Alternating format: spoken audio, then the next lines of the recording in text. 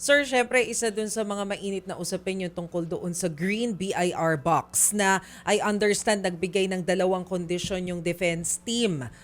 Kung gusto daw talaga ng prosecution na buksan. Ano po ang tingin ninyo doon? Dapat daw parang closed door ba? Confidential dapat? Hindi pwedeng isa publiko kung bubuksan yung box? Well, yan of course nasa desisyon na ng impeachment court yan, ano. Nagkaroon ito ng proposal na buksan during the pre-trial conference at ito naman ay inobjekan o tinutulan ng depensa, no.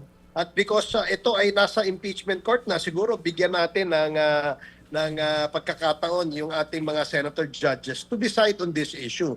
But ako, if you're going to ask me personally, kung ano ang aking opinion, kung wala naman po tayong tinatago, mas maganda sigurong ipakita, no? In fact, that will be the best evidence against the allegation if hindi tumugma dun sa kanilang aligasyon, no? At ito naman ay magandang ebidensya naman kung ito naman ay magpapatunay na meron talagang malaking disparity. So, it will work both ways, ika nga.